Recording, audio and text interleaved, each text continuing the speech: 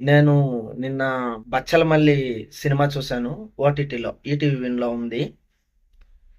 Cinema point వైస్‌గా చూసుకుంటే ఒక రానెస్‌తో ఉన్న అల్లరి నరేష్ గారిని చూస్తాము. అంటే మనకి ఒక రంగస్థలంలో చిట్టిబాబులాగా, మాస్‌గా 'పుష్పలో' మన అల్లు అర్జున్ గారిలాగా చూపించాలి అనే ఒక ఇంటెన్స్‌తో రాసుకున్న కథ. కానీ ఇక్కడికొచ్చేసరికి అల్లరి నరేష్ గారి గురించి ఏ చిన్న మైనస్ కూడా లేదు ఆయన యాక్టింగ్‌లో. నెక్స్ట్ లెవెల్‌లో ఉంది ఆయన యాక్టింగు. మైనస్ వచ్చేసరికి సినిమా చానా బావుంటద్ది అనే విషయానికి మనం ఒక చోటుకొచ్చేసరికి, సినిమా మనం ఊహిచ్చేది ఒకటుంటే, సినిమా ఇంకోలా జరుగుతుంటది. నాకు అక్కడే సినిమా నచ్చలేదు. అంటే మనం ఊహించిందే జరగాలి. అప్పుడే సినిమా బావుంటుంది. కానీ ఆ జరిగే విషయాలు బాగుండవు సినిమాలో. ఒక మూర్ఖుడి కథని చెప్పాలి అనుకున్నారు మన 'సుబ్బు' గారు. 'సోలో బ్రతుకే సో బెటర్' డైరెక్టరు. ఒక మూర్ఖుడి కథని చెప్పాలనుకున్నారు. అది మరీ ఎక్కువగా చెప్పేసినట్టు అనిపిచ్చింది.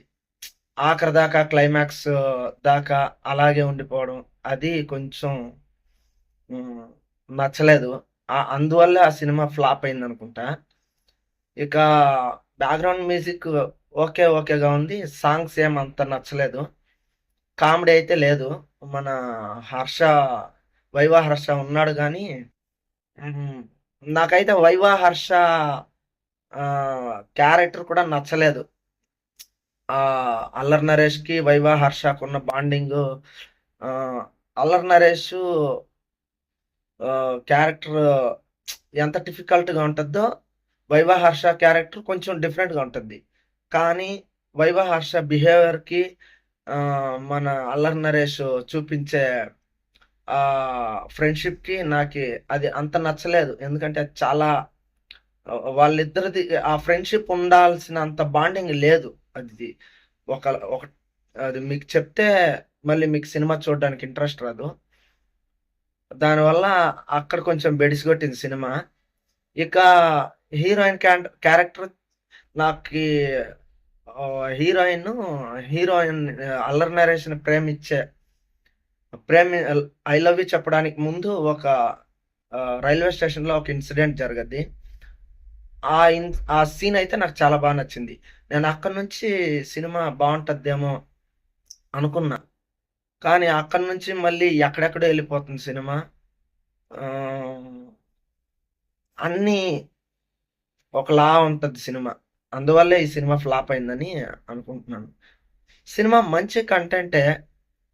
'సుబ్బు' గారు ఏం చెప్పాలనుకున్నారో అది ఒక రగడ్ లుక్‌లో, అల్లరి నరేష్ గారిని ఆ లుక్‌లో బాగున్నారు గానీ, గెడ్డాలు, మీసాలు తీసిన తర్వాత ఆ లుక్ అయితే అంత అది కూడా అలాగే ఉంది. అది దాంట్లో కూడా ఏం డిఫరెన్స్ చూపించలేదు. అది కూడా అంతే మాస్‌గా ఉంది ఆ క్యారెక్టర్ కూడా. ఆఖరికి హ్మ్. ఆ స్టోరీ కూడా ఒక మూర్ఖత్వంగానే ఉంది. సరిగ్గా రాసుకోలేదు. డైలాగ్స్ కొన్ని చోట్ల బావున్నాయి. మంచి డైలాగులున్నాయి. హ్మ్. అంటే ఒక మూర్ఖుడు, మూర్ఖత్వంగా ఉంటే ఏం జరగద్ది అనేది ఒక మెసేజ్ ఇవ్వాలనుకున్నారు.